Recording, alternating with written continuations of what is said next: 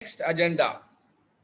My next agenda is to discuss why the improvement efforts fail. As an entrepreneur, I want to improve my business. I want to do a lot of business, gain more customers because every organization they have four main goals. Be it any kind of organization, even we are also running an organization. We do have four important pillars. What are those pillars? First pillar, the ability to make profit. Every organization want to maximize their profit year on year. Last year, the company made 50 crores. That company also says we want to improve the profit this year. 50 crore is not a small money. Yes, it's a good money, right? And $1 million produced profit. And then also they wanted to improve. That means that's their one of their economic goal, which every year on year they would like to improve. And what is the second pillar? The second pillar is the ability to attract new customers. Ability to attract new customers. You have such a wide range of products and services.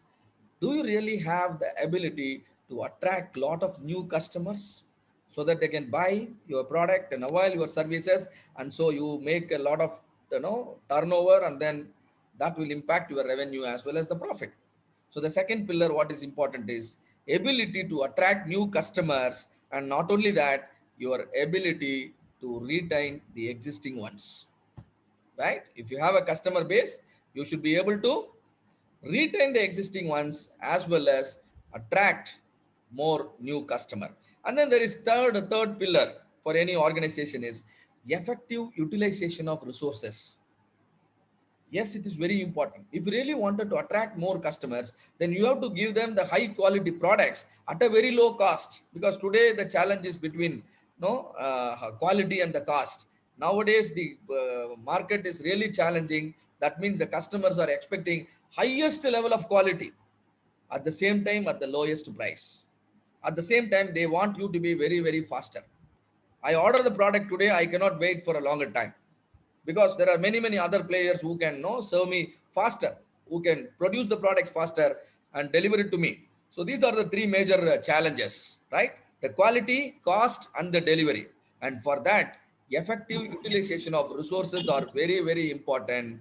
And this is where the engineers and managers, and then many designations are needed for all the companies. If the company is not at all concerned about effective utilization of resources, they will only need some process owners.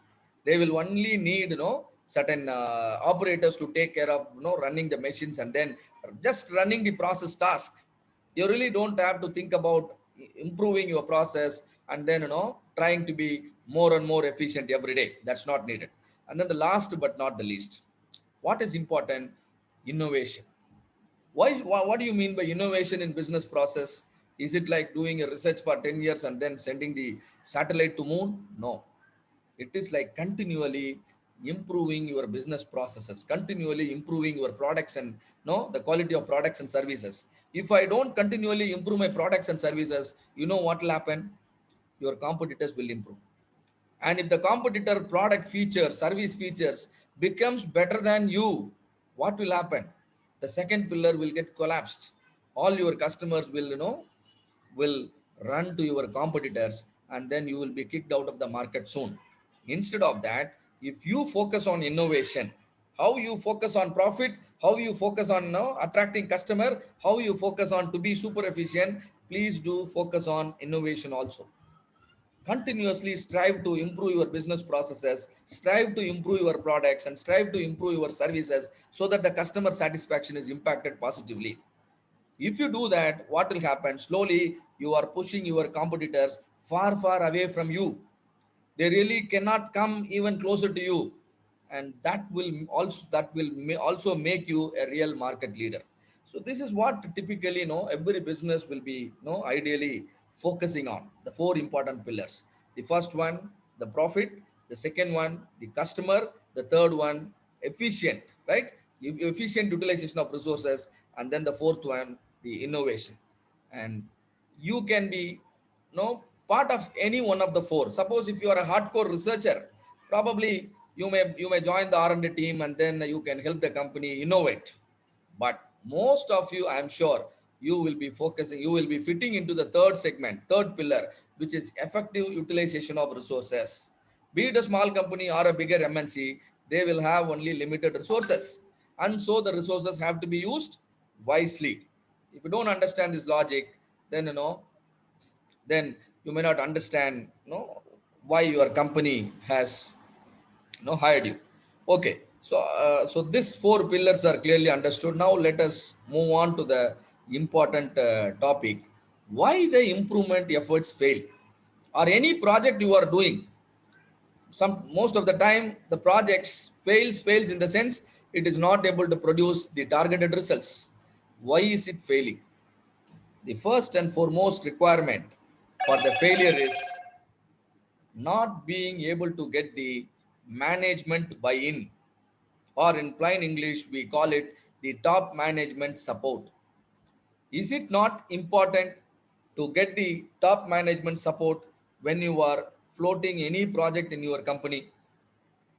If you don't have the management support, how will you be able to get there, get your project progressing properly, and so that eventually it can lead to success? And how can you make sure there is no your top management supports? This is what our Stephen also told: make it win-win. What do you mean by win-win? If I achieve my project goal, my top management should also achieve their goal. This is called a win-win scenario. Only when there is a win-win scenario, people will collaborate with you.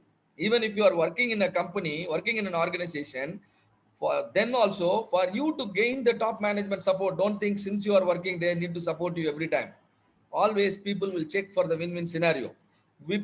People will check for the goal alignment, whether the top management goals and your project goals are aligned perfectly or not. If it is aligned perfectly, they will prefer to support you, because when you succeed, they will also succeed. When you win, they will also win. If this scenario is not there, if this goal alignment is not there, and your project will get stuck in between, and then you will not be able to make proper progress. It will get delayed, and it may not produce the results also. So foremost requirement is you must have your top management support, and that will become much easier if you project the win-win scenario, if you project the goal alignment scenario. And how to check up the goal alignment, and how to ensure your top management goal, which are generally strategic in nature. What do you mean by strategic in nature? The goals are achieved, can be achieved only in long term, but your project is only 3 months. What you are going to achieve in 3 months, if this is not going to help them achieve something in a long term, no management will support you. The strategic goal should perfectly align with your project goal.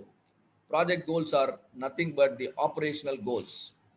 Operational goals should perfectly align with the strategic goals. If that happens, any top management will support. If they support, they will provide you all the resources, be it time, be it testing equipment, be it human resource, or be it whatever kind of support, and they will provide, and that can lead to the success.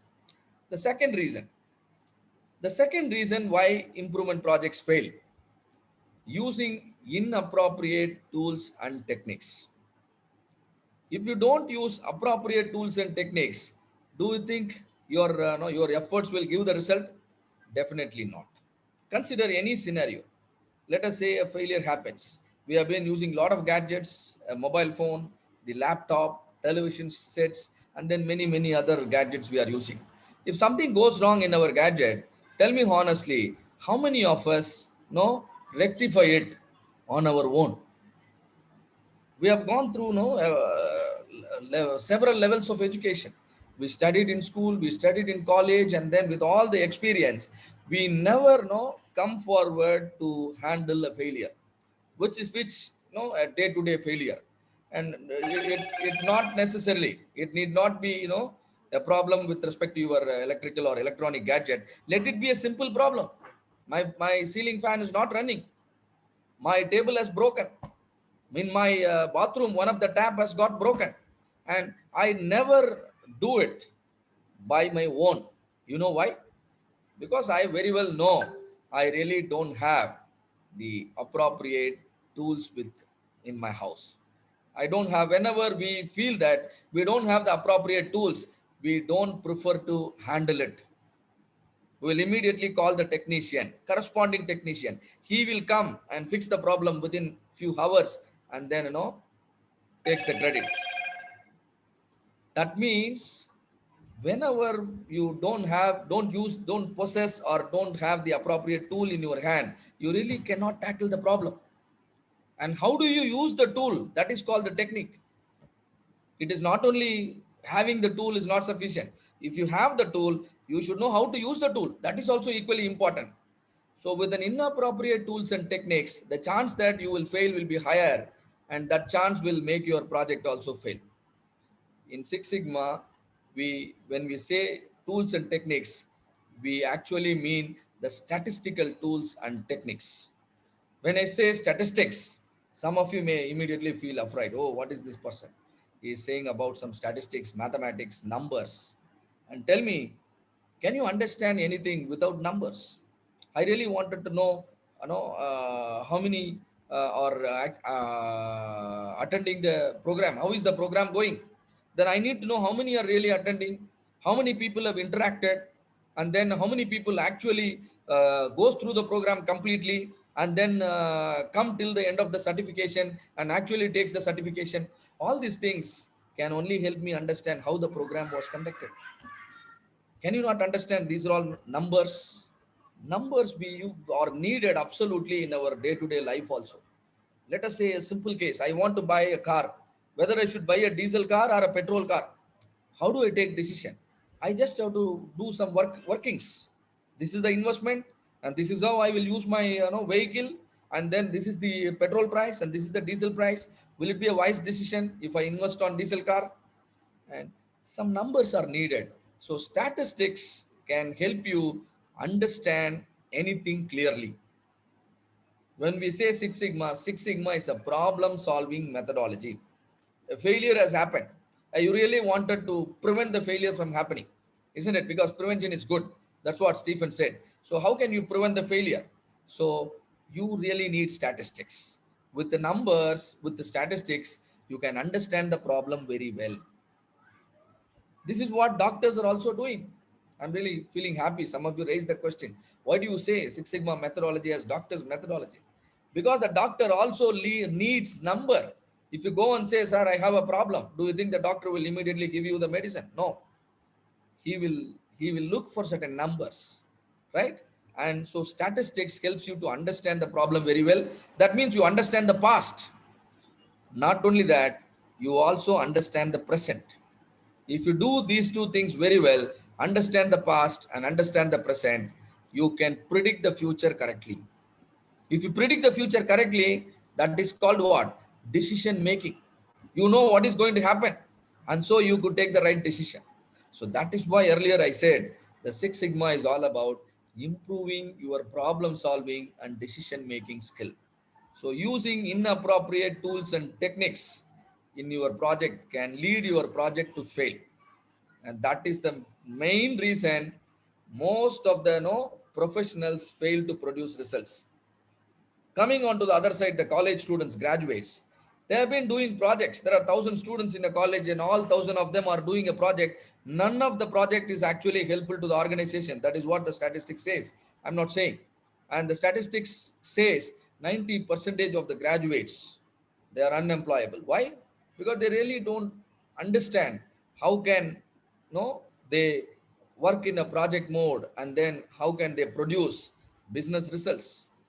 And this is a study by a company called Aspiring Minds, right? So what is important is you need to equip you adequately at the right stage of your career on problem solving and decision making skills, for which little bit of knowledge on statistics is very important. Equipping you to deal with the numbers is very important. Without numbers, going with opinions is not really good, particularly when you are targeting breakthrough results. And number three, Third reason why projects fail: uncertainty in measurement. Earlier I said numbers are needed. Now, how do you get the number? Always, when you ask someone to measure, the tendency is to measure wrongly. I hope all of you will agree with me. Every time you ask someone to measure, he will, for sure, for certain, he is going to measure wrongly. In companies, the quality engineers are checking the product and classifying all the good products as the bad one, because they are very strict officers. They are strict officers and they are classifying the good products as the bad products. What is that they are doing? They are measuring wrongly. Is it a real problem? It is a measurement problem. First, before not just to validate the problem, you must first measure correctly. If you measure wrongly, then there itself you are going wrong. And any measurement always comes with the error. There are two forms of error. One is systematic error and another one is unsystematic error. And some people call it accuracy error and precision error. You need to handle both. And systematic error can be fixed. That's why we calibrate the gauges and many things. We do all the maintenance procedure we do to ensure our gauges give the correct reading. Even though your system, you are doing all these things systematically and work on the systematic error, the unsystematic error will still exist. How many of you check the quantum of unsystematic error that you accumulate whenever you collect the measurement?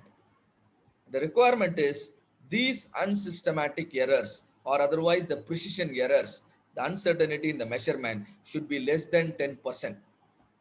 If you ensure the measurement errors are less than 10%, even if you are a student, if you are a researcher, you will be able to understand clearly, understand the problem clearly, understand, and also you will be able to solve. See, all that I am telling you with this point is, I want you to see the problem when you want to solve. When you want to solve a problem, I am telling you, please see the problem. If you allow the errors to accumulate, will you be able to see the problem? You will not be able to see. You are seeing the error, and error will not allow you to see the problem correctly. Let me put it other way. You are driving a car. What should you see for you to drive properly and reach the destination? Now I expect the participants to respond. When you are driving a car on a highway and you want to reach the destination on time, what should you see so that you can drive properly and then reach the destination? Can I get some response? You can type, you can chat, or you can unmute and talk. Where should you see? Where should you focus? Or what should you see while driving? Is it not important you see the road and then drive the car? When you are driving the car and you want to reach the destination within the stipulated time, you must continuously keep an eye, or keep your eye on the road. You see the road and then drive so that you will reach the destination. When you measure wrongly, I am asking you, will you be able to see the problem? If you can't see the problem, how can you solve it? So it's very important you measure precisely, you measure accurately. The industry standard is measurement error should be less than 10%. It is applicable to all forms of industry: automotive, manufacturing, computer science, IT, software development, service, chemical process, pharma, healthcare. Measurement errors are possible. The measurement error should be less than 10%. How will you measure the measurement error? How will you bring down the measurement error less than 10% so that you will be able to see the road and drive your car properly and reach the destination, right? I hope all of you will agree with me. Measurement error is a killer in your project. Don't allow it to grow. Of course, it is not possible to eliminate it completely, but you must be able to reduce it less than 10%. If you don't do that, you are shooting in dark, and shooting in dark, you will never hit the target, right? Please don't do that. Fourth reason why your project fails, why the improvement efforts fails: lack of methodology. See, project means a group of people work together to solve a common problem, right? And when then obviously there will be a project leader. And the project leader should make sure he follows a methodology while solving the problem. What first? What next? This is what Stephen was telling. Prioritize. Learn to prioritize what needs to be done first. Without defining, without measuring, can I analyze the problem? Without understanding the problem, without identifying the root cause, can I think about the solution? If the doctor is doing like that, will you be able to take that? Will you happily take the treatment? Let me create a scenario. You are going to a doctor. You are going to a doctor, and then no, you are going to a doctor and you are saying, "Sir, I have a pain in the abdomen." And doctor says, "Oh, last week similar case came. He also said the same thing, a pain in the abdomen. So give the same treatment." Will you be able to happily take the treatment? Because the same problem last week one case came. Please understand, problems could be same, root cause could be different. Problems can be same, root cause can be different. If root causes are different, a different solution needs to be no offered. And that is why following a methodology is important. Don't just go with the opinions, don't go in a random fashion. Doctor first generally a doctor will no understand your problem clearly. This is what we call it, define in Six Sigma. Define the problem. Defining the problem means you understand the problem. What is that happening in your company? What is that happening in your process for which you are answerable? You need to first understand clearly. A well-defined problem is half done. Once you define the problem, what do you mean by define? You understood it clearly. What do you mean by you understood clearly? You can start measuring. Say, for example, I want to stay fit. I want to stay fit. All of us want to stay fit. I think all of you will agree with me. My goal is, all our goal is to stay fit. But what do you mean by staying fit? I'm asking a question. And now slowly you are opening up. Sir, my weight, I'm overweight. Oh, your problem is now different. It's not just a broader, a vague statement. Now it has become little clear. Oh, you want to reduce your weight. So what is your current weight? Sir, my weight is 85. Oh, according to the height, and then you have to be only 72. So now your problem has become very clear, very specific. This is what we call define in Six Sigma. A person you weighing, weighing with 85 kg, you wanted to bring down the weight to 72 kg. The gap is 13 kilogram. Now, when I tell like this, your problem has now become measurable. Because only by measurement I have understood your current problem intensity is 85 kg. Your goal is 72 kg. So once you convert your problem into measurable, that means you have defined it properly. Problem become measurable. And then after measuring, once I measure, oh, this is 85 kg, but my target is 72 kg. Along with that, I started measuring many other things. How much, how many hours I sleep? What are the, quantity of food I take? What is my, exercise pattern? How many steps I walk? And then what are all the nutrients I take? And what is my stress level? Everything I'm trying to convert into numbers, because I know these are critical factors which can actually impact my health. If I really wanted to have a control on my health, fitness, I really have to focus on all these things, isn't it? So analysis becomes possible only when I only when I monitor all the critical factors. So that means the doctor is always trying to solve the problems of the patient in a systematic manner. That is why all of us trust the doctors whenever we suffer with any health issue and immediately run to the hospital. We don't deal it ourselves, right? And this is an important quality which any leader in any organization should also follow. Only when you are methodical, people will see you as a leader. People will trust you. Your own team member, project team members will believe you and will implement whatever you are instructing, right? And let us case today's case, the COVID scenario. COVID scenario, now only the vaccine has came, and still we are not sure whether the vaccine will work properly or not. We are again relying on statistics again for the vaccine, and then the results we rely on the statistics. But but then again, whether all of us have no got the vaccinated, no, still it's going to take some more time. So let us go back to a few months before. There were no vaccine at all. That means there is no solution to a problem which the entire humanity was facing. The entire world is facing, which is the COVID-19, and then there is no solution to the problem. But tell me honestly, what all of us did when someone got someone got tested positive with respect to COVID-19? What all of us did? We immediately recommended the person to get admitted in the hospital. And we all of us know there is no vaccine, there is no solution to the problem, there is no medicine. Then why do we recommend them to get admitted in the hospital?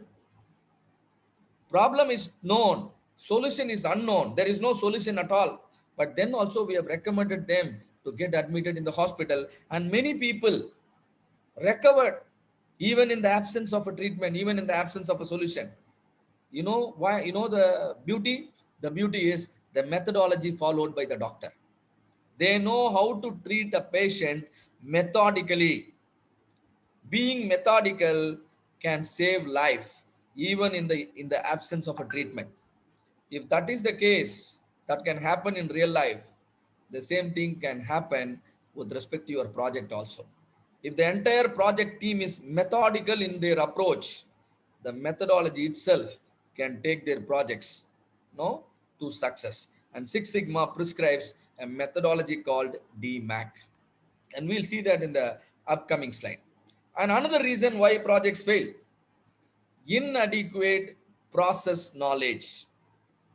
What do you mean by inadequate process knowledge? See, please understand, we are all business focused, result oriented. We want the results to happen. In no time, we want the result. But where from the result comes? The result comes from the appropriate process. Only when the process failed to perform the way it is designed, the results differ. If the process perform properly, the result will be for sure it will happen. This is called the process centric approach. This process knowledge is very, very important when you are doing any project. Let's say you are doing a project for a foundry industry. What do they do in a foundry industry? They melt metal and then pour it in a casting and pour it in a die and then allow it to cool and then open the die, take out the casting, and then the casting is ready. You are doing a project in a pharma industry. You are doing a project in a healthcare industry, and you want to produce the results you want. If it is a casting industry, is it not important you have a fair idea about the process involved in producing the castings? If the castings are coming with a lot of defects like blowholes, porosity, and then surface imperfection and poor finish and many things, discolor,